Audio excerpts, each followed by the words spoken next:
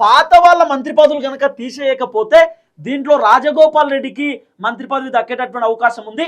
PCC అధ్యక్షుడు మహేష్ కుమార్ గౌడ్ కూడా మంత్రి పదవి దక్కేటటువంటి అవకాశం ఉంది. అంటే ఆల్రెడీ పొన్నమన్నకు పదవి ఉండంగానే పిసిసి అధ్యక్షుడు మహేష్ కుమార్ గౌడ్కి మంత్రి పదవి ఇస్తారట.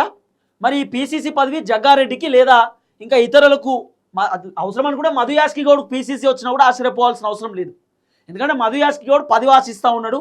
అది పిసిసి పదవి అయినా పర్లేదు, మంత్రి పదవి అయినా పర్లేదు అనే చర్చ ఒక అంశం నడుస్తూ ఉంది. కాబట్టి మధు యాష్కి గౌడ్ మ్యాక్సిమం మంత్రివర్గంలోకి వచ్చే ఆలోచనలో ఉండటం, కానీ పిసిసి ఇచ్చినా కూడా కాంప్రమైజ్ అయ్యేటటువంటి సిచ్యువేషన్స్ ఉన్నాయి. ఒకవేళ ఈ పాత మంత్రులను తీసేయకపోతే రేవంత్ రెడ్డి దగ్గర 2 మంత్రి పదవులు ఖాళీగా ఉన్నాయి. కాబట్టి ఈ 2 మంత్రి పదవులలో రాజగోపాల్ రెడ్డికి ఒక మంత్రి పదవి కన్ఫర్మ్ అయిందట. ఒకటి పిసిసి అధ్యక్షుడు మహేష్ కుమార్ గౌడ్కి మంత్రి పదవి కన్ఫర్మ్ అయింది. మిగిలినటువంటి వాళ్ళకు 50-50 ఛాన్సెస్ కనబడతా ఉన్నాయి. అది కూడా పాత వాళ్ళని తీసేస్తేనే మిగతా వాళ్ళకి ఛాన్సెస్ వచ్చేటటువంటి పరిస్థితి ఉంది. సో రేవంత్ రెడ్డి ఈ లిస్ట్ అవుట్ మొత్తం కూడా ఢిల్లీ హైకమాండ్కి పంపించిందట. ఒకవేళ పాత వాళ్ళని తీసేసినా కొత్త వాళ్ళు ఉన్నా ఇగో వీళ్ళని పెట్టాలి అని చెప్పి ఇచ్చిందట. మహేష్ కుమార్ గౌడ్కి 70%, రాజగోపాల్ రెడ్డికి 70% వీళ్ళకి ఛాన్సెస్ ఇవ్వాలని చెప్పి రేవంత్ రెడ్డి ఢిల్లీకి పంపించిండు.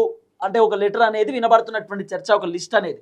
చూడాలి ఏం జరగబోతుందో. మొత్తానికి కొత్త మంత్రులు మాత్రం మహేష్ కుమార్ గౌడ్, రాజగోపాల్ రెడ్డి లేదా బాలు నాయక్ లేదా రామచంద్ర నాయక్, వీళ్ళ దాంట్లో 3 మంత్రి పదవులు వచ్చేటటువంటి అవకాశం ఉంది. మ్యాక్సిమం బాలు నాయక్కి మంత్రి పదవి వచ్చేటటువంటి సిచ్యువేషన్స్ ఉండొచ్చు, లేదా రామచంద్ర నాయక్కి డిప్యూటీ స్పీకర్ పదవి ఇచ్చిరు కానీ ఇంకా ఆయనకు స్పీకర్ పదవిలో కూర్చోబెట్టలేదు. కాబట్టి ఆయనకన్నా మంత్రి పదవి ఇద్దామనేటటువంటి ఆలోచనలో అధిష్టానం ఉన్నట్టుగా వినబడుతున్నటువంటి వ్యూహారం.